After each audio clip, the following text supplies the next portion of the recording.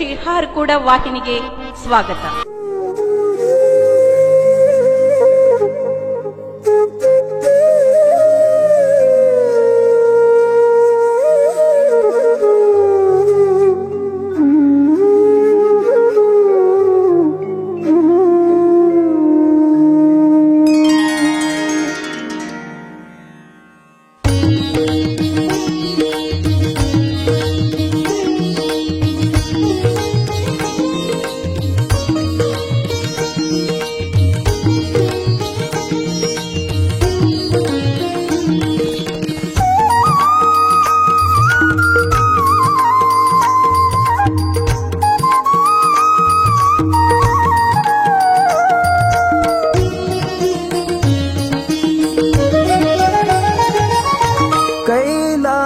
ಪರಮಾತ್ಮ ನೀನು ನಿನ್ನ ನಂಬಿ ಬಂದೆನು ನಾನು. ಕೈಲಾಸ ಪರಮಾತ್ಮ ನೀನು ನಿನ್ನ ನಂಬಿ ಬಂದೆ. ಈ ಭಾಗದ ನಡೆದಾಡುವ ದೇವರು ವಿಶೇಷವಾಗಿ ನಮ್ಮ ಗ್ರಾಮದ ಆರಾಧ್ಯ ದೇವರಾಗಿರ್ತಕ್ಕಂತಹ ಬ್ರಹ್ಮ ಪೂಜ್ಯ ಡಾಕ್ಟರ್ ಚನ್ನವೀರ ಶಿವಾಚಾರ್ಯ ಪೂಜ್ಯರ ಅಮೃತ ಹಸ್ತದಿಂದ ಈಗಾಗಲೇ ರಥೋತ್ಸವಕ್ಕೆ ಚಾಲನೆ ನೀಡಲಾಗಿದೆ. ಪೂಜರು ಈ ಒಂದು ಕಾರ್ಯಕ್ರಮದ ದಿವ್ಯ ಸಾನ್ನಿಧ್ಯ ಕೂಡ ಆಗಮಿಸಿದ್ದಾರೆ. ಸ್ವಲ್ಪ ಫ್ಯಾನ್ ಫಾಸ್ಟ್ ಕಳಿಸಬೇಕು, ಫ್ಯಾನ್ ತರಿಸಬೇಕು ಅಂತ ಹೇಳಿ ವಿನಂತಿ.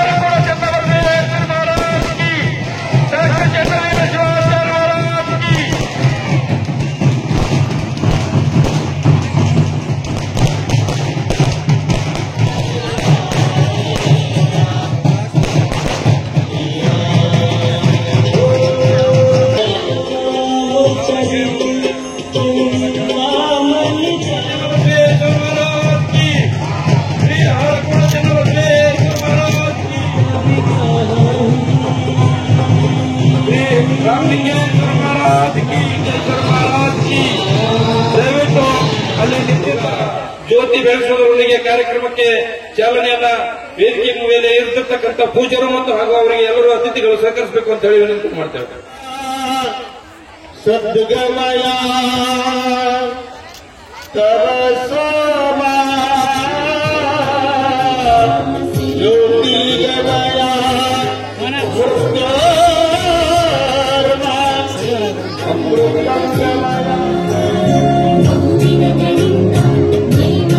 ಶ್ರೀ ರಾಮಲಿಂಗೇಶ್ವರ ಜಾತ್ರಾ ಮಹೋತ್ಸವ ಹಾಗೂ ತೃತೀಯ ರಥೋತ್ಸವ ಕಾರ್ಯಕ್ರಮದ ದಿವ್ಯ ಸಾನ್ನಿಧ್ಯವನ್ನು ವಹಿಸಿರ್ತಕ್ಕಂತಹ ಪರಮ ಪೂಜ್ಯ ಶ್ರೀ ಹಾರಕೂಡ ಚನ್ನವೀರ ಶಿವಾಚಾರ್ಯರಿಗೆ ಜಾತ್ರಾ ಮಹೋತ್ಸವ ಕಮಿಟಿಯ ಅಧ್ಯಕ್ಷರಾಗಿರ್ತಕ್ಕಂತಹ ಶ್ರೀ ರಾಮರಾವ್ ಪಾಟೀಲ್ ಅವರು ಹಾಗೂ ಕಮಿಟಿ ಪದಾಧಿಕಾರಿಗಳಾಗಿರ್ತಕ್ಕಂತಹ ಶ್ರೀ ರಾಮರಾವ್ ದೇಶಪಾಂಡೆ ಅವರು, ಶ್ರೀ ರಾಮರೆಡ್ಡಿ ಬೆಂಕಿಪಳ್ಳಿ ಅವರು, ಶ್ರೀ ಬಾಲಾಜಿರಾವ್ ಪಾಟೀಲ್ ಅವರು ಹಾಗೂ ಶ್ರೀ ಶಿವರಾಯ ಉರ್ಲಪ್ಪಳ್ಳಿ ಅವರು ಎಲ್ಲರೂ ಬಂದು ಪೂಜರಿಗೆ ಸನ್ಮಾನಿಸಿ ಗೌರವಿಸಬೇಕು ಅಂತ ಹೇಳಿ ತಮ್ಮಲ್ಲಿ ವಿನಂತಿಸುತ್ತೇನೆ. ಅದೇ ರೀತಿಯಾಗಿ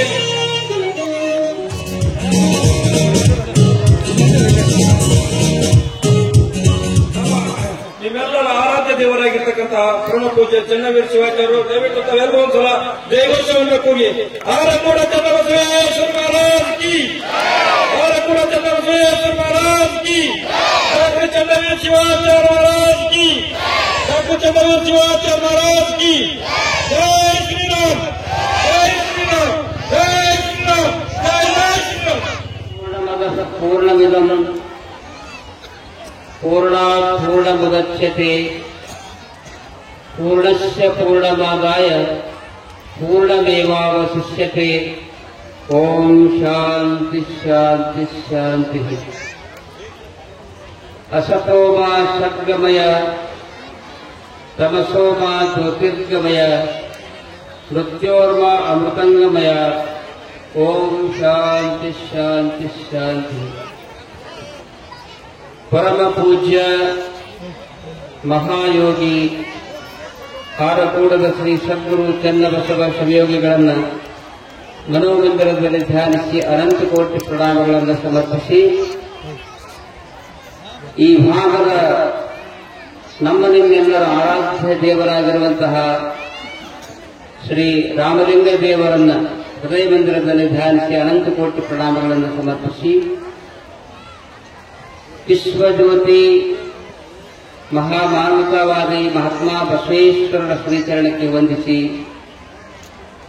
ಜಗದಾದಿ ಜಗದ್ಗುರು ಪಂಚ ಆಚಾರ್ಯರಿಗೆ ವಂದಿಸಿ ಇಂದಿನ ಪ್ರಾಚೀನ ಕಾಲದಿಂದಲೂ ಕೂಡ ನಡೆದು ಬಂದಿರುವಂತಹ ಸುಕ್ಷೇತ್ರ ಮುಘಾ ಗ್ರಾಮದ ರಾಮಲಿಂಗೇಶ್ವರರ ಜಾತ್ರಾ ಮಹೋತ್ಸವದ ಈ ಪವಿತ್ರ ಪರ್ವಕಾಲದಲ್ಲಿ ತೃತೀಯ ರಥೋತ್ಸವದ ಈ ಶುಭ ಸಂದರ್ಭದಲ್ಲಿ ಆಗಮಿಸಿ ದಿವ್ಯ ನೇತೃತ್ವವನ್ನು ವಹಿಸಿರುವಂತಹ ನಮ್ಮ ಭಾಗದಲ್ಲಿ ಅತ್ಯಂತ ಕ್ರಿಯಾಶೀಲ ಸಂತರಾಗಿ ಪ್ರವಚನಕಾರರಾಗಿ ವಾಗ್ಮಿಗಳಾಗಿ ಮತ್ತು ಅನೇಕ ಜನರಿಗೆ ದುಶ್ಚಟಗಳನ್ನು ಬಿಡಿಸುತ್ತಿರುವಂತಹ ಪರಮ ಪೂಜ್ಯ ಬಸವಲಿಂಗ ಅವಧೂತರ ಶ್ರೀಪಾದಕ್ಕೆ ವಂದಿಸಿ ಆತ್ಮೀಯರು ಅನುಭಾವಿಗಳು ನಮ್ಮ ಶಿಷ್ಯರೂ ಆಗಿರುವಂತಹ ಪರಮ ಪೂಜ್ಯ ನರ್ನಾಳದ ಸಳಸ್ಥಲ ಬ್ರಹ್ಮಿ ಶಿವಕುಮಾರ ಶಿವಾಚಾರ್ಯರಿಗೆ ವಂದಿಸಿ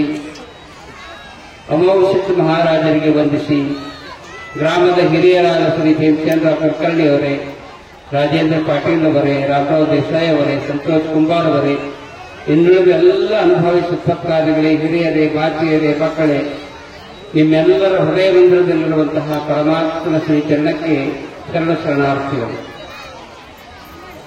ಇಂದಿನ ಮೂರನೇ ಜಾತ್ರಾ ಮಹೋತ್ಸವವನ್ನು ನೋಡಿದಾಗ ಬಹಳ ಸಂತೋಷ ಆಗ್ತಾ ಇದೆ.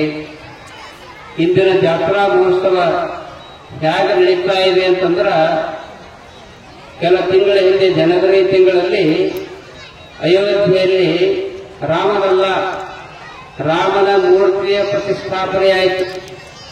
ಆ ಒಂದು ಪ್ರತಿಷ್ಠಾಪನೆಯ ಕಾರ್ಯಕ್ರಮದಲ್ಲಿ ಅನೇಕ ಜನ ಸಾಧು ಸಂತರು ಬಂದು ಹೋಗಿದ್ದಾರೆ. ಅಲ್ಲಿ ಹ್ಯಾಂಗ ಸಾಧು ಸಂತರು ಬಂದಿದ್ದಾರಲ್ಲ, ಅಯೋಧ್ಯೆಯ ಆ ಎಲ್ಲಾ ಸಂತರ ಆಶೀರ್ವಾದ ಇಂದಿನ ರಾಮಲಿಂಗೇಶ್ವರ ಜಾತ್ರಾ ಮಹೋತ್ಸವದಲ್ಲಿ ನಿಮಗೆಲ್ಲರಿಗೂ ಸಿಗ್ತಾ ಇದೆ ಅನ್ನುವಂಥ ಮಾತನ್ನು ಬಹಳ ಪ್ರೀತಿಯಿಂದ ಹೇಳ್ತಾ ಇತ್ತು. ಯಾಕೆಂದರೆ ರಾಮನ ಹೆಸರಿನ ಮೇಲೆ ತಾವೆಲ್ಲರೂ ಕೂಡ ರಥೋತ್ಸವವನ್ನು ಮಾಡಿದ್ದೀರಿ, ಭಕ್ತಿಯನ್ನು ಅರ್ಪಿಸಿದ್ದೀರಿ, ಧ್ಯಾನವನ್ನು ಮಾಡ್ತಾ ಇದ್ದೀರಿ.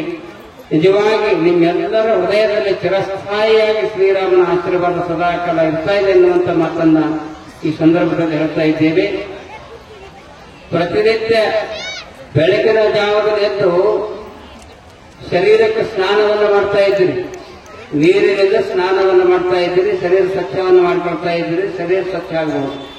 ಆದರೆ ಕೇವಲ ನಮ್ಮ ಶರೀರ ಸ್ವಚ್ಛ ಆದರೂ ಸಾಗುವುದಿಲ್ಲ, ಇನ್ನೂ ಒಂದು ಶರೀರ ಸ್ವಚ್ಛ ಆಗಬೇಕು. ಯಾವುದಂದ್ರೆ ಮನಸ್ಸು ಎನ್ನುವಂತಹ ಶರೀರದ ಕೂಡ ಸ್ನಾನ ಆಗಬೇಕು. ಯಾವ ಸ್ನಾನ ಅಂದ್ರ ರಾಮಲಿಂಗೇಶ್ವರನ ಸನ್ನಿಧಿಯಲ್ಲಿ ನಿಮ್ಮ ಮನಸ್ಸಿನ ಅಜ್ಞಾನವನ್ನು ಕಳೆದು ಸುಜ್ಞಾನದ ದಿವ್ಯ ದರ್ಶನ ಎಲ್ಲಿ ಆಗ್ತಾ ಇದೆ ಅಂದ್ರೆ ಅದು ರಾಮಲಿಂಗೇಶ್ವರರ ಜಾತ್ರಾ ಮಹೋತ್ಸವದಲ್ಲಿ ಆಗ್ತಾ ಇದೆ ಅನ್ನುವಂಥ ಮಾತನ್ನ ಪ್ರೀತಿಯಿಂದ ಹೇಳ್ತಾ ಇದ್ದಾರೆ. ಅನುಭಾವಿ ಸಂತರು ಒಂದ್ ಕಡೆ ಹೇಳ್ತಾ ಇದ್ದಾರೆ, ಈ ಎಲ್ಲ ಪಟ್ಟಣಕ್ಕೆ ಹೋದಾಗ ಬೇರೆ ಬೇರೆ ಸುಂದರವಾದಂತಹ ಮನೆಗಳನ್ನು ಕಟ್ಟಿರ್ತಾ ಇದ್ದಾರೆ. ಪಟ್ಟಣದಲ್ಲಿ ಮನೆಗಳಿಗೆ ಹೋದಾಗ ಮೊಟ್ಟ ಮೊದಲನೇದಾಗ ಆ ಮನೆಯ ಹಾಲಿನಲ್ಲಿ ಹೋದಾಗ ಏನಿರ್ತದ್ರ ಸುಂದರವಾದಂತಹ ಒಂದು ಟಿವಿ ಸೆಟ್ ಇರ್ತದೆ. ಟಿವಿ ನೋಡ್ತೀವಿ. ಸ್ವಲ್ಪ ಒಳಗೆ ಹೋದ್ರಂದ್ರೆ ಟಿ ಸೆಟ್ ಇರ್ತದೆ. ಅಷ್ಟೇ ಅಲ್ಲ, ಮೊಬೈಲ್ ಸೆಟ್ ಇರ್ತದ, ಎಲ್ಲಾ ಸೆಟ್ಗಳಿರ್ತಾವ. ಆದ್ರೆ ಅವರ ಮನಸ್ಸು ಮಾತ್ರ ಅಪ್ಸೆಟ್ ಆಗ್ತದೆ. ಅಂದ್ರೆ ಅವ್ರಿಗೆ ಶಾಂತಿ ಇರುವುದಿಲ್ಲ. ಯಾಕೆ ಶಾಂತಿ ಇರುವುದಿಲ್ಲ ಅಂದ್ರೆ ಆ ಪಟ್ಟಣದ ಬಹಳ ಜನರಿಗೆ ಎಲ್ಲಾ ಅನುಕೂಲತೆ ಸೌಲಭ್ಯಗಳಿದ್ರೂ ಕೂಡ ಯಾಕೆ ಶಾಂತಿ ಇರುವುದಿಲ್ಲ ಅಂದ್ರೆ ಪ್ರತಿಯೊಬ್ಬರ ಜೀವನದಲ್ಲಿ ಟೆನ್ಷನ್ ಇರ್ತದೆ. ಟೆನ್ಷನ್ಗೆ ಯಾವುದು ಮೆಡಿಸಿನ್ ಇಲ್ಲ. ಟೆನ್ಷನ್ಗೆ ಯಾವುದು ಮೆಡಿಸಿನ್ ಅಂದ್ರೆ ರಾಮಲಿಂಗೇಶ್ವರನ ಧ್ಯಾನ ಮಾಡಿದ್ರೆ ನೀವೆಲ್ಲಾ ಟೆನ್ಷನ್ ದೂರ ಆಗ್ತಾ ಇದೆ ಅನ್ನುವಂಥ ಮಾತನ್ನು ಅನುಭಾವಿಗಳು ಹೇಳ್ತಾರೆ. ಆ ದಿಸೆಯಲ್ಲಿ ತಾವೆಲ್ಲರೂ ಕೂಡ ಈ ರಥೋತ್ಸವದ ಪವಿತ್ರ ಪರ್ವಕಾಲಕ್ಕೆ ಬಂದಿದ್ದೀವಿ. ರಥವನ್ನ ಯಾಕೆ ಎಳಿತಾ ಇದ್ದಾರೆ ಅಂತಂದ್ರೆ ಅನುಭಾವಿಗಳು ಹೇಳ್ತಾ ಇದ್ದಾರೆ, ಈ ಶರೀರವೇ ಒಂದು ರಥ, ಬುದ್ಧಿಯೇ ಸಾರಥಿ, ಮನಸ್ಸೇ ಹಗ್ಗ, ಇಂದ್ರಿಯಗಳೇ ಕುದುರೆಗಳು, ವಿಷಯಗಳೇ ಮೇಯ್ತಕ್ಕಂಥ ಹೊಲಗಳು, ಆತ್ಮನೇ ರಥದಲ್ಲಿ ಕುಳಿತಿರುವಂತಹ ಯಜಮಾನ. ಈ ಆತ್ಮ ಪರಿಶುದ್ಧ ಆಗಬೇಕಾದ್ರೆ, ನಿಮ್ಮೆಲ್ಲರ ಆತ್ಮ ಪರಿಶುದ್ಧ ಆಗಬೇಕಾದ್ರೆ ಜೀವನದ ಜಂಜಳದಲ್ಲಿ ನೀವೆಲ್ಲರೂ ಕೂಡ ಹೆಂಡತಿ, ಮಕ್ಕಳು, ಮೊಮ್ಮಕ್ಕಳು, ಹೊಲ ಮನೆ, ಸಂಸಾರ, ನಂದು ನಂದು ನಂದು ಅಂತ ತಿಳ್ಕೊಂಡು ನೀವೆಲ್ಲರೂ ಆಸೆಯನ್ನು ವ್ಯಕ್ತಪಡಿಸ್ತಾ ಇದ್ದೀರಿ. ಸ್ವಾರ್ಥ ಭಾವ ನಿಮ್ಮಲ್ಲಿ ಕೆಲವರಲ್ಲಿ ಇರಬಹುದು. ಆದರೆ ಸ್ವಾರ್ಥ ಭಾವ ಎಲ್ಲವೂ ಕೂಡ ಕಡೆಗಣಿಸಿ ನಿಸ್ವಾರ್ಥ ಭಾವನೆಯಿಂದ, ಹೇ ದೇವ, ನಮ್ಮಲ್ಲಿ ಏನದ, ನಮ್ಮ ಹತ್ತಿರ ಏನದ, ಇದು ನಶ್ವರವಾಗಿರ್ತಕ್ಕಂಥ ಸಂಪತ್ತು, ಶಾಶ್ವತವಾದಂತಹ ಒಂದು ಸಂಪತ್ತು ನಮಗೆ ಬೇಕಾಗಿದೆ. ಶಾಶ್ವತವಾದಂತಹ ಮತ್ತು ಜೀವನದ ಕೊನೆಯ ಉಸಿರಿನೊಳಗೆ ಬರ್ತಕ್ಕಂಥ ಸಂಪತ್ತು ಯಾವುದಾದ್ರಿದ್ರೆ ಅದು ರಾಮಲಿಂಗೇಶ್ವರರ ಆಶೀರ್ವಾದ ಎನ್ನುವಂಥ ಸಂಪತ್ತು ಜೀವನದ ಕೊನೆಯ ಉಸಿರಿನವರೆಗೂ ಕೂಡ ಬರ್ತದೆ. ಆ ದಿಶೆಯಲ್ಲಿ ಇಂತಹ ಪವಿತ್ರ ಗ್ರಾಮದಲ್ಲಿ ಇವತ್ತು ಮೊಘಾ ಗ್ರಾಮ ಇಡೀ ಕರ್ನಾಟಕ ರಾಜ್ಯಕ್ಕೆ ಪ್ರಸಿದ್ಧಿ ಇದೆ, ಕರ್ನಾಟಕ ರಾಜ್ಯಕ್ಕೆ ಪರಿಚಯ ಇದೆ. ಯಾಕಂದ್ರೆ ರಾಮಲಿಂಗೇಶ್ವರನ ಸುಂದರವಾದಂತಹ ದೇವಾಲಯ, ಪ್ರಾಚೀನ ದೇವಾಲಯ ಅಷ್ಟೇ ಅಲ್ಲ, ಇಡೀ ಕರ್ನಾಟಕ ರಾಜ್ಯದ ತುಂಬ ಹಾರಕೂಡ ಹೆಸರು ಹೆಂಗ ಪ್ರಸಿದ್ಧದ, ಹಂಗ ಎಲ್ಲಿ ಹಾರಕೂಡ ಅಂತ ಬರ್ತದ, ಹಾರಕೂಡದ ಮೂಲ ನಾಮ, ಮೂಲ ಸ್ಥಾನ, ಮೂಲ ಗುರು ಹುಟ್ಟಿರುವಂತ ಹಾರಕೂಡದ ಶ್ರೀಯೋಗಿ ಹುಟ್ಟಿರ್ತಕ್ಕಂಥ ಜನ್ಮಸ್ಥಾನ ಯಾವುದಾದ್ರಿದ್ರೆ ಅದು ಮೊಘಾ ಗ್ರಾಮ. ಅಂತಹ ಮಹಾನ್ ಪವಿತ್ರ ಸಂತರ ಜನ್ಮ ನೀಡಿದಂತಹ ಪುಣ್ಯ ಭೂಮಿ, ಪುಣ್ಯ ಗ್ರಾಮ, ಪುಣ್ಯ ಇರುವಂತ ಪುಟ್ಟ ಗ್ರಾಮ ಆದರೂ ಕೂಡ ಪುಣ್ಯ ಗ್ರಾಮ ಯಾವುದಂದ್ರೆ ಮೊಘಾ ಗ್ರಾಮ. ಅಂತಹ ಪವಿತ್ರ ನಾಡಿನಲ್ಲಿ ಅವರ ವಂಶಿಕರು ಈಗಲೂ ಕೂಡ ಇದ್ದಾರೆ. ರಾಮಲಿಂಗಯ್ಯ ಸ್ವಾಮಿಯವರು ಮುದ್ದೆಯವ್ರದ್ದು ತಮ್ಮನ ಮರಿಮೊಮ್ಮಗನ ಮಗ, ಅವರು ಮರಿಮೊಮ್ಮಗನ ಮಗ. ರಾಮಲಿಂಗಯ್ಯ ಬಹಳ ಭಕ್ತಿಯಿಂದ ಹಾರ್ಕೊಂಡು ಬರ್ತಾರ. ಆ ದಿಶೆಯಲ್ಲಿ ಕೇವಲ ರಾಮಲಿಂಗಯ್ಯ ಅಷ್ಟೇ ಅಲ್ಲ, ನನಗನಿಸ್ತಾ ಇದೆ ಮೊಘಾ ಗ್ರಾಮದ ಎಲ್ಲಾ ಮತ ಬಾಂಧವರು, ಇವತ್ತು ದಲಿತರಿರಬಹುದು, ಇಸ್ಲಾಂ ಧರ್ಮದವರು ಇರಬಹುದು, ಮೊಘಾ ಗ್ರಾಮದ ಇಸ್ಲಾಂ ಧರ್ಮದವರು ಅವರ ದರ್ಗಾಕ್ಕೆ ಕರೆದುಕೊಂಡು ಹೋಗಿ, ನಿಮಗೆಲ್ಲ ಆಶ್ಚರ್ಯ ಆಗಬಹುದು. ಇಸ್ಲಾಂ ಧರ್ಮದವರು ಹಿಂದೂ ಧರ್ಮಗಳಿಗೆ ನಡ್ಕೊಳ್ಳೋದು ಬಹಳ ಕಡಿಮೆ. ಆದ್ರೂ ಕೂಡ ಮೊಘಾ ಗ್ರಾಮದಲ್ಲಿ ಇಸ್ಲಾಂ ಧರ್ಮದವರು ನಮ್ಮನ್ನು ಬರಮಾಡಿಕೊಂಡು ಪಾದ ಪೂಜಾ ಮಾಡಿ ಸತ್ಕರಿಸಿದಂತಹ ಗ್ರಾಮ ಯಾವುದಾದ್ರಿದ್ರೆ ಅದು ಮೊಘಾ ಗ್ರಾಮ ಎನ್ನುವಂತ ಮಾತನ್ನು ಹೇಳ್ತಾ ಇದ್ದೀವಿ. ಅಂತಹ ಸಾಮರಸ್ಯ ಸೌಹಾರ್ದತೆಯ ಗ್ರಾಮ ಇದು ಮೊಘಾ ಗ್ರಾಮ ಆಗಿದೆ. ಅಂತಹ ಒಳ್ಳೆಯ ಸಂಸ್ಕಾರವನ್ನ ನಿಮಗೆ ಯಾರು ಕೊಟ್ಟಾರಂದ್ರೆ ಹಾರಕೂಡದ ಸದ್ಗುರು ಚನ್ನಬಸವ ಯೋಗಿಗಳು ಅವರು ಕೊಟ್ಟಿದ್ದಾರೆ ಎನ್ನುವಂತ ಮಾತನ್ನ ಈ ಸಂದರ್ಭದಲ್ಲಿ ಹೇಳಿ, ಇವತ್ತು ಬಹಳ ಜನ ತಾಯಂದಿರಿದ್ದೀರಿ, ನೀವೆಲ್ಲ ಏನಂತೀರಿ, ಯಪ್ಪ ನಮಗ 2 ವರ್ಷ ಬರೋದ್ರಾಗ ಒಂದು ಗಂಡಸು ಕೂಡ ಹೊಡ್ತಂದ್ರ ನಿಮಗ 101 ತೆಂಗಿನಕಾಯಿ ಹೊಡಿತೀನಿ ಅಂತ ಬಡ್ಕೋತಿರ್ತಾರೆ. 2 ವರ್ಷನಾಗ ಆಗ್ಬೇಕು, ಆಡ್ಮೇಲೆ ಯಾಕಪ್ಪ ಆದ್ರೆ ಬಡ್ಕೊಂಡಿದ್ದ ಹೇಳ್ತಿರ್ತಾರೆ. ಆದ್ರ ನಮಗ್ ಒಳ್ಳೇದಾಗಲಿ ಅನ್ನುವಂತ ಒಳ್ಳೆಯ ವಿಚಾರ, ಒಳ್ಳೆಯ ಒಂದು ಆಶಾಭಾವನೆ, ಒಳ್ಳೇದಾಗಲಿ ಅಂತ ತಿಳ್ಕೊಳ್ತೀರಿ.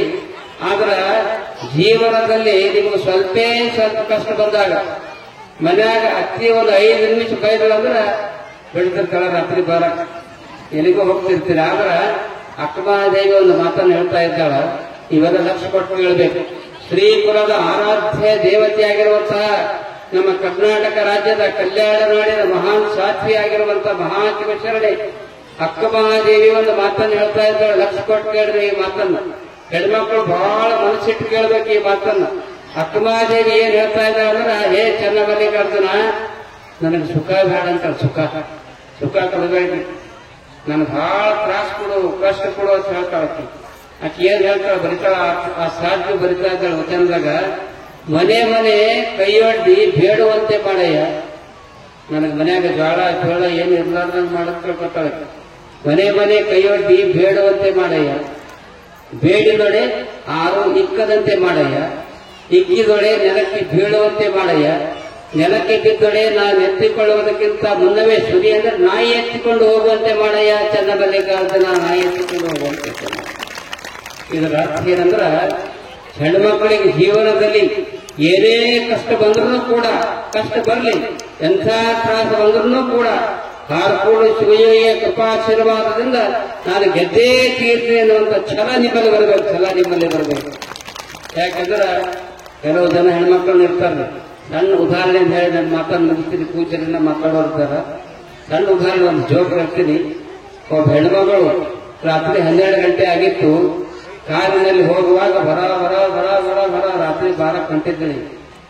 ಬರುವಂತ ಸಂದರ್ಭದಲ್ಲಿ ಕೈದಾಗ ಒಂದು ಕಂದೇಲಿ ಹಿಡ್ಕೊಂಡಿದ್ರು. ಕಂದೇಲಿ ಹಿಡ್ಕೊಂಡು ಬಾರ್ ಬಾರ್ ಬಾರ್ ಬಾರ್ ಬಾರ್ ನಡೆದೇವು.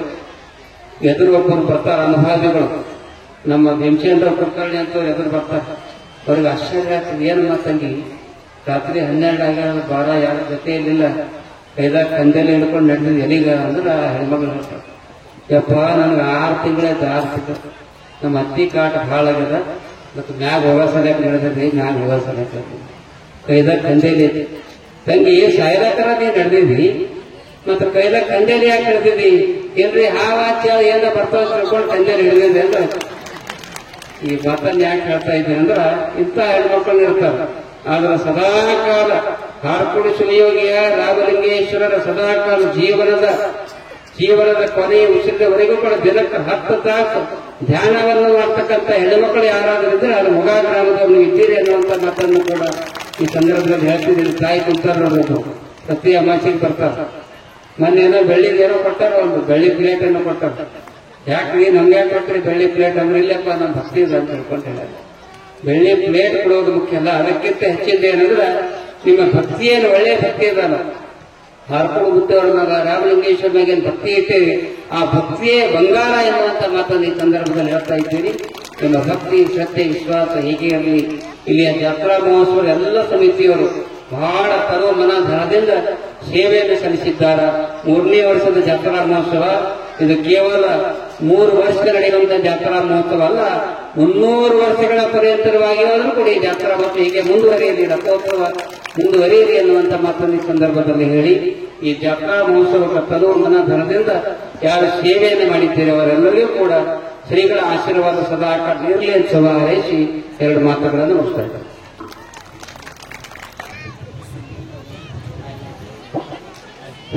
ಈಗ ಈ ಒಂದು ಜಾತ್ರಾ ಮಹೋತ್ಸವಕ್ಕೆ ಫ್ರೀಯಾಗಿ ಟೆಂಟ್ ಸೇವೆಯನ್ನು ಸಲ್ಲಿಸಿರ್ತಕ್ಕಂತಹ ಶ್ರೀ ರಾಜಪ್ಪಣ್ಣ ಕಲ್ಲ ಅವರಿಗೂ ಪೂಜಾರಿನ ಸತ್ಕಾರ. ಅದೇ ರೀತಿ ಸಂಜು ಭಾಸನ್ ಅವರು ಕೂಡ ಫ್ರೀಯಾಗಿ ಟೆಂಟ್ ಅನ್ನ ಈಗ ಶಿವಕುಮಾರ ಸ್ವಾಮಿಗಳಿಂದ ಈ ಹಾದಿ ಎಲ್ಲಿ ಹೋಯ್ತದ್ರಿ ಅಂದ್ರೆ ಈ ಹಾದಿ ಊರಿಗೆ ಹೋಗ್ತದಂತ. ಹಾಗ 12ನೇ ಶತಮಾನದಾಗ ಎಲ್ಲಾ ದಾರಿಗಳು ಎಲ್ಲಿ ಹೋಗ್ತಿದ್ವು ಅಂತಂದ್ರ ಎಲ್ಲಿ ಹೋಗ್ತಾವ ಅಂತಂದ್ರ ಬಸವ ಕಲ್ಯಾಣಕ್ಕೆ ಹೋಗ್ತಾವ, ಬಸವ ಕಲ್ಯಾಣಕ್ಕೆ ಹೋಗ್ತಾವ, ಕಲ್ಯಾಣಕ್ಕೆ ಹೋಗ್ತಾವ ಅಂತ ಹೇಳ್ತಿದ್ರಂತ. ಆದ್ರೆ ಈ 21ನೇ ಶತಮಾನದಲ್ಲಿ ಎಲ್ಲಾ ಭಕ್ತಿ ಶ್ರದ್ಧೆ ಅನ್ನುವಂಥದ್ದು ಯಾವ್ದಾದ್ರೂ ಊರೊಳಗೆ ನಾವು ಹೋಗಿ ಕೇಳಿದಿವಿ ಅಂತಂದ್ರೆ ಈ ದಾರಿ ಎಲ್ಲಿಗೆ ಹೋಗ್ತದ, ಭಕ್ತಿಯ ದಾರಿ ಇದು ಎಲ್ಲಿಗೆ ಹೋಗ್ತದ ಅಂತಂದ್ರ ಸುಕ್ಷೇತ್ರ ಹಾರ್ಕೋಡು ಮಠಕ್ಕೆ ಹೋಗ್ತದ, ಹಾರ್ಕೋಡು ಮಠಕ್ಕೆ ಹೋಗ್ತದ ಅನ್ನುವಂತ ಮಾತನ್ನ ಇವತ್ತಿನ ದಿವಸ ನಾವು ಕೇಳ್ತಾ ಇದೀವಿ ಅಂತಂದ್ರೆ ಪರಮ ಪೂಜ್ಯ ಲಿಂಗೈಕ್ಯ ಶಾಂತಿವೀರ ಶಿವಾಚಾರ್ಯ ಒಂದು ಮಾತನ್ನ ಹೇಳಿದ್ರು. ಯಾವಾಗ್ಲೂ ಹೇಳ್ತಾ ಇದ್ರು ಸುಕ್ಷೇತ್ರ ನರ್ನಾಳದಲ್ಲಿ ಏನಂತಂದ್ರೆ ಮಗಿ ರಾಮಲಿಂಗೇಶ್ವರ, ಈ ಮೊಗ ರಾಮಲಿಂಗೇಶ್ವರ ಅತ್ಯಂತ ಪುರಾತನವಾಗಿರ್ತಕ್ಕಂಥ ಭವ್ಯ ಶಕ್ತಿಯನ್ನು ಹೊಂದಿರತಕ್ಕಂಥದ್ದು. ಆ ಶಕ್ತಿಯ ಪ್ರತಿರೂಪ ಯಾವದಿತ್ತು ಅಂತಂದ್ರ ಹಾರಕೂಡದ ಚನ್ನಬಸವ ಶಿವಯೋಗಿಗಳಿದ್ರು ಅನ್ನುವಂತ ಮಾತನ್ನ ಪೂಜ್ಯ ಶಾಂತಿವೀರ ಶಿವಾಚಾರ್ಯ ಹೇಳ್ತಾ ಇದ್ರು. ಆದ್ರೆ ಮತ್ತೊಂದು ಮಾತು ಹೇಳ್ತಾ ಇದ್ರು, ಏನಂತಂದ್ರೆ ನಮ್ಮ ಭಾಗದಲ್ಲಿ ಅವರು ಶಿಕ್ಷಣವನ್ನ ಕಲಿಯುವಂತ ಸಂದರ್ಭದಲ್ಲಿ ಯಾದಗಿರಿಯ ಸಂಸ್ಕೃತ ಪಾಠಶಾಲೆಯಲ್ಲಿ ಸಂಸ್ಕೃತ ಅಧ್ಯಯನವನ್ನ ಮಾಡುವಂತ ಸಂದರ್ಭದೊಳಗ ಒಬ್ಬ ಚೈತನ್ಯ ಮೂರ್ತಿ ಯಾವದಿತ್ತು ಅಂತಂದ್ರ ನಮ್ಮ ಗುರುಮಠ ಕಲ್ಲದ ಶಾಂತಿವೀರ ಸ್ವಾಮಿಗಳು ಅಂತಿದ್ರಂತ. ಬಹುಶಃ ಅವ್ರ ಮುಖ ನೋಡಿದ್ರೆ ಭಕ್ತರು ದರ್ಶನ ಮಾಡೋದಲ್ಲ, ಬರೇ ಮುಖ ನೋಡಿದ್ರೆ ಅವರಿಗೆ ಅವರ ರೋಗಗಳು ಹೋಗ್ತಿದ್ವು ಅನ್ನುವಂತ ಮಾತನ್ನ ಹೇಳ್ತಾ ಇದ್ರು. 12ನೇ ಶತಮಾನದಲ್ಲ ಪರಮ ಪೂಜ್ಯ ಶಾಂತಿವೀರ ಶಿವಾಚಾರ್ಯರು ಈ ನಮ್ಮ ಗುರುಮಠ ಕಲ್ಲದ ಅಪ್ಪವರು ನಾ ನೋಡಿದ ಪ್ರಕಾರ, ಶಾಂತಿವೀರಪ್ಪ ಹೇಳ್ತಿರು, ನಾ ನೋಡಿದ ಪ್ರಕಾರ, ನಾನು ತಿಳಿದೋಡ ಪ್ರಕಾರ, ನಾ ಓದಿದ ಪ್ರಕಾರ ಒಬ್ಬ ಮಹಾತ್ಮ ಇದ್ದ, ಅದು ಮಹಾತ್ಮ ಬಸವೇಶ್ವರರು. ಒಬ್ಬರು ಸ್ವಾಮಿ ಇದ್ರು, ಅವರು ವಿವೇಕಾನಂದರು. ಒಬ್ಬರು ಗುರುಗಳಿದ್ರು, ಅದು ಗುರುಮಠ ಕಲ್ಲದ ಸ್ವಾಮಿಗಳು. ಈಗಿನ ಅನೇಕ ಮಠಗಳಿದಾವೆ, ಅನೇಕ ಸ್ವಾಮಿಗಳಿದ್ದಾರೆ. ಆದ್ರೆ ಒಬ್ಬ ಚೈತನ್ಯ ಸ್ವರೂಪರಾಗಿರ್ತಕ್ಕಂಥ ಶಕ್ತಿಯ ಶಿವಾಚಾರ್ಯ ಯಾರಿದ್ದಾರೆ ಅಂದ್ರೆ ಅದು ಹಾರಕೋಡಿನ ಚನ್ನವೀರ ಶಿವಾಚಾರ್ಯ ಇದ್ದಾರೆ ಅನ್ನುವಂತ ಮಾತನ್ನ ಪರಮ ಪೂಜ್ಯ ಶಾಂತಿವೀರ ಶಿವಾಚಾರ್ಯ ಹೇಳ್ತಾ ಇದ್ರು. ಅದರಂತೆ ನಮ್ಮ ಈ ಒಂದು ಹೈದರಾಬಾದ್ ಕಲ್ಯಾಣ ಕರ್ನಾಟಕದಲ್ಲಿ ಒಬ್ಬ ನಡೆದಾಡುವ ದೇವರು ಯಾರಾದರೂ ಇದ್ರೆ ಅದು ಹಾರಕೂಡದ ಚನ್ನಬಸವ ಶಿವಯೋಗಿಗಳ ಚನ್ನವೀರ ಶಿವಾಚಾರ್ಯವೇ ಸರಿ ಅನ್ನುವಂತ ಮಾತನ್ನ ಈ ಶುಭ ಸಂದರ್ಭದಲ್ಲಿ ಹೇಳ್ತಾ ಇದ್ದೇವೆ.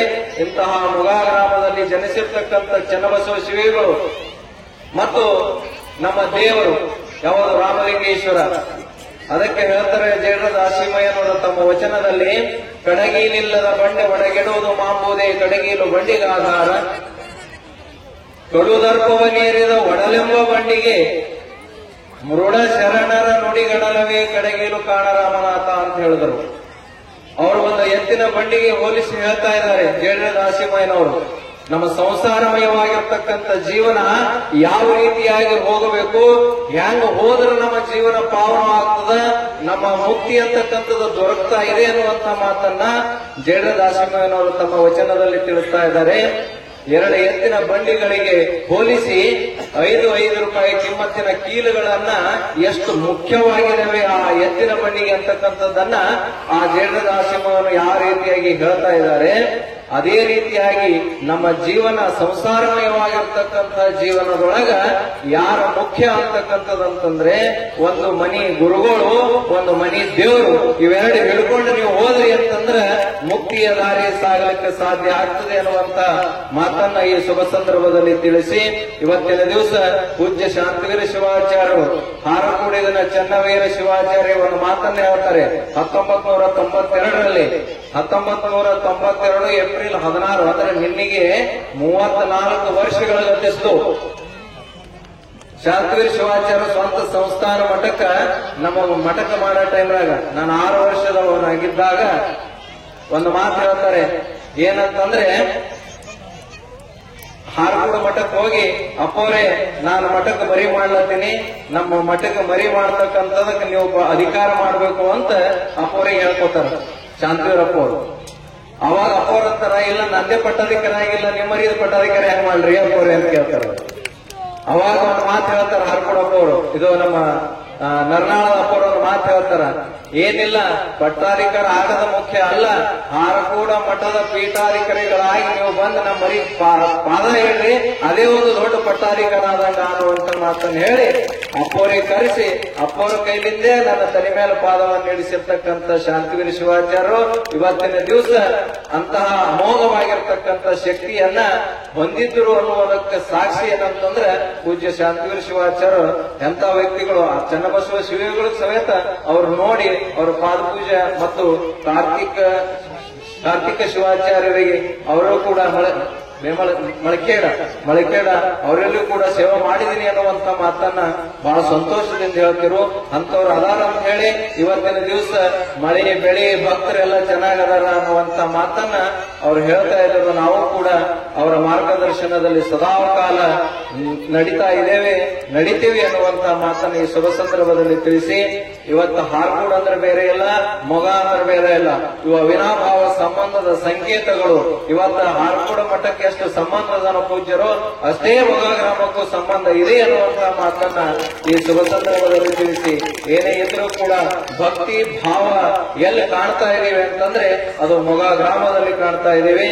ಮೊದಲನೇ ವರ್ಷ, ಪ್ರಥಮ ವರ್ಷ ಈ ರಥೋತ್ಸವಕ್ಕೆ ಚಾಲನೆಯನ್ನು ಕೊಟ್ಟು ಪರಮ ಪೂಜ್ಯರ ಆಶೀರ್ವಚನ ಮಾಡಿದ್ರು. ಇದು ಎಂದೋ ಯಾವಾಗ ಆಗ್ತಕ್ಕಂಥ ಜಾತ್ರೆ ಬಹುಶಃ. ಯಾಕಂದ್ರೆ ನರ್ನಾಳದಲ್ಲಿ ಮಠ ಕಟ್ಟುವುದಕ್ಕಿಂತ ಪೂರ್ವದಲ್ಲಿ ನಮ್ಮ ಕುಲಕರ್ಣಿ ಅವರು ಅದಾರ. ಶಾಂತವೀರ ಶಿವಾಚಾರ್ಯರು ಅಲ್ಲಿ ಮಠ ಕಟ್ಟೋದಕ್ಕಿಂತ ಪೂರ್ವದಲ್ಲಿ ಇಲ್ಲಿ ಬಂದು ದರ್ಶನ ತಗೊಂಡು ಇಲ್ಲೇ ಕೂಡಬೇಕು ಅನ್ನೋಂತ ವಿಚಾರ ಮಾಡಿದ್ರಂತ. ಅವಾಗ ನಮ್ಮ ಕುಲಕರ್ಣಿ ಅವರು ಮನೆಗೆ ಹೋಗಿ, ಅವಾಗ ಈ ಕಡೆ ಬರ್ಲಕ್ ದಾರಿನೂ ಇದ್ದಿದ್ದಿಲ್ಲ ಅಂತ, ಹೀರೋ ಹೊಂಡ ಗಾಡಿ ಮೇಲೆ ಹೋಗಿದ್ನ ಅವಾಗ ಅಂತ ಹೇಳ್ತಿದ್ರು. ಅಂತ ಒಂದು ಇಂಥ ಶಕ್ತಿಯಾಗಿರ್ತಕ್ಕಂಥ ಸ್ಥಾನ ಎಲ್ಲದ ಅಂತಂದ್ರೆ ಅದು ಮೊಗ ಗ್ರಾಮದಲ್ಲದ. ಪ್ರತಿಯೊಬ್ಬ ಹಿರಿಯರಲ್ಲಿ ಕೇಳಿದ್ರೆ ಏನ್ ಹೇಳ್ತಾರಂತಂದ್ರೆ ಆ ಗುಡಿಯದ, ಈ ಗುಡಿಯದ, ಅಲ್ಲದ, ಇಲ್ಲದ ಅಂತ ಹೇಳಿ ಹೇಳೋದಕ್ಕಿಂತ ಮೊದಲು ಯಾವಾಗ ಹೇಳ್ತಾರಂತಂದ್ರೆ ಮೊಗ ರಾಮಲಿಂಗೇಶ್ವರ ದೇವಸ್ಥಾನ ಹಳಿದದಾರಿ ಅಪ್ಪವ್ರಿ ಅಂತ ಹೇಳ್ತಾರೆ. ಮೊಗ ರಾಮಲಿಂಗೇಶ್ವರ ದೇವಸ್ಥಾನ ಬಹಳ ಪುರಾತನದ ಅಂತ ಹೇಳ್ತಾರ. ಅಂತಹ ಊರಿನವರು ತಾವೆಲ್ಲರೂ ಭಕ್ತಿ ಭಾವದಿಂದ ಮಾಡ್ತಕ್ಕಂಥ ಜಾತ್ರೆ ಉತ್ತಮವಾಗಿ ನಡೆಯಲಿ. ಹಾರಕೂಡ ಪರಮ ಪೂಜ್ಯರ ಆಶೀರ್ವಾದ, ಭರತ್ವರಪ್ಪ ಅವರ ಆಶೀರ್ವಾದ, ಅದೇ ರೀತಿಯಾಗಿ ಅವಧೂತ ಬಸವಲಿಂಗ ಮಹಾಸ್ವಾಮಿಗಳವರ ಆಶೀರ್ವಾದ ಸದಾಕಾಲ ನಮ್ಮ ನಿಮ್ಮೆಲ್ಲರ ಮೇಲೆ ಇರಲಿ ಅನ್ನುವಂತ ಮಾತನ್ನು ತಿಳಿಸಿ ನನ್ನ ಎರಡು ಮಾತುಗಳ ವಿರಾಮ ನೀಡುತ್ತೇನೆ. ಧನ್ಯವಾದಗಳು. ಪೂಜ್ಯ ಶ್ರೀ ಬಸವಲಿಂಗ ಅವಧೂತ ಶಿವಾಚಾರ್ಯರು ತಮ್ಮನ್ನ ಎಲ್ಲರನ್ನ ಉದ್ದೇಶಿಸಿ ಮಾತನಾಡ್ತಾರೆ. ಜಾತ್ರೆ ಏನ್ ಮಾಡಿದ್ರಲ್ಲ ಬಹಳ ಬಹಳ ಸೂಪರ್ ಅದ. ಈ ರಥ ನೀವು ತಿರ್ಸೋದ್ ನೋಡ್ರು ಬಹಳ ಚಲೋ ಇತ್ತು. ಸೊಳ್ಳ ಜೋಳ ಏನೇನಿದ್ದು ಅವೆಲ್ಲ ಗಾಳಿಗೆ ಆರೋಗ್ಯ. ಫೀವರ್ ಏನ್ ಒರಿಜಿನಲ್ ಜೋಳವ ಇಲ್ಲಿ ಕುಂತದ, ಟೆನ್ಷನ್ ಮಾಡ್ಕೊಳಕ್ ಹೋಗ್ಬೇಕು. ಈ ಮನಸ್ಸು ಶಾಂತಗೊಳಿಸೋ, ರಾಮಲಿಂಗನ ಭಜಿಸೋ, ಈ ಮನಸ್ಸು ಶಾಂತಗೊಳಿಸೋ, ರಾಮಲಿಂಗನ ಜ್ಞಾನದಲ್ಲಿ, ರಾಮಲಿಂಗನ ಜ್ಞಾನದಲ್ಲಿ ಈ ಮನಸ್ಸು ಕಲ್ಲಣಗೊಳಿಸೋ. ನಮ್ಮ ಅಪ್ಪಗಳು ಇಷ್ಟೊತ್ತನ ಏನ್ ಚಲೋ ಚಲೋ ಮಾತಾಡ್ಯಾರಲ್ಲ, ಅವರು ಮುಂದೆ ನಾ ಏನು ಹುಲ್ಲು ಕಡ್ಡಿ ಅಂತ ಮನುಷ್ಯ. ಆದ್ರೂ ನೀವೆಲ್ಲ ಹಿಂಗೆಲ್ಲ ಕುಂತಿರಲ್ಲ, ಅದು ನನ್ನ ಬಹಳ ದೊಡ್ಡ ಸೌಭಾಗ್ಯ ಅನಿಸ್ತದ ನನಗೆ.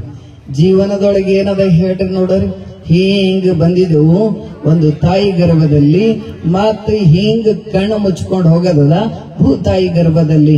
ಆದ್ರೆ ಈ ನಡವರಿಕೆ ಏನ ಜಾತ್ರೆಗಳು ನಡೆದವಲ್ಲ, ಅದು ಸುಮ್ಮನೆ 4 ದಿನ ನೋಡೋದ್ ಕಣ್ಣಿಗೆ ಶುಭ ಏನ ಕಾಣ್ತದಲ್ಲ, ಕಣ್ಣಿಗೆ ಸುಗಂಧ ಕಾಣ್ತದಲ್ಲ, ಕಣ್ಣಿಗೆ ಆನಂದ ಕಾಣಿಸ್ತದಲ್ಲ, ಕಣ್ಣು ಪವಿತ್ರ ಆಗಬೇಕು. ಆದ್ರೆ ಇಂಥ ಜಾತ್ರೆ ನೋಡ್ಲಕ್ ಮನಸ್ಸಿರ್ಲಿ.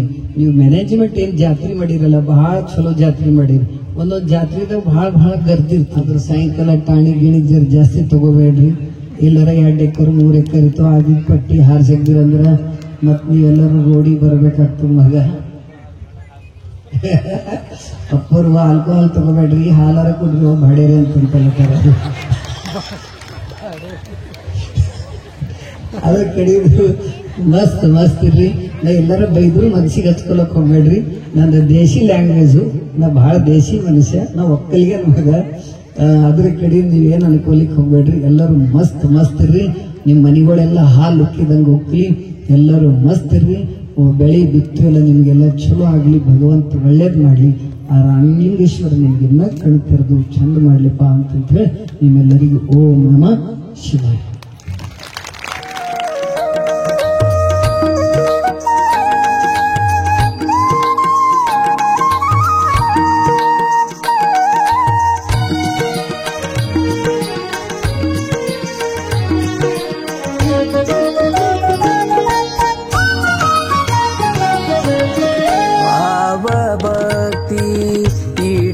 ಭಜನ ಗುರುವಿಗೆ ಮಾಡಿ ವಂದನಾ, ಭಾವ ಭಕ್ತಿ ಇಟ್ಟು ಭಜನ.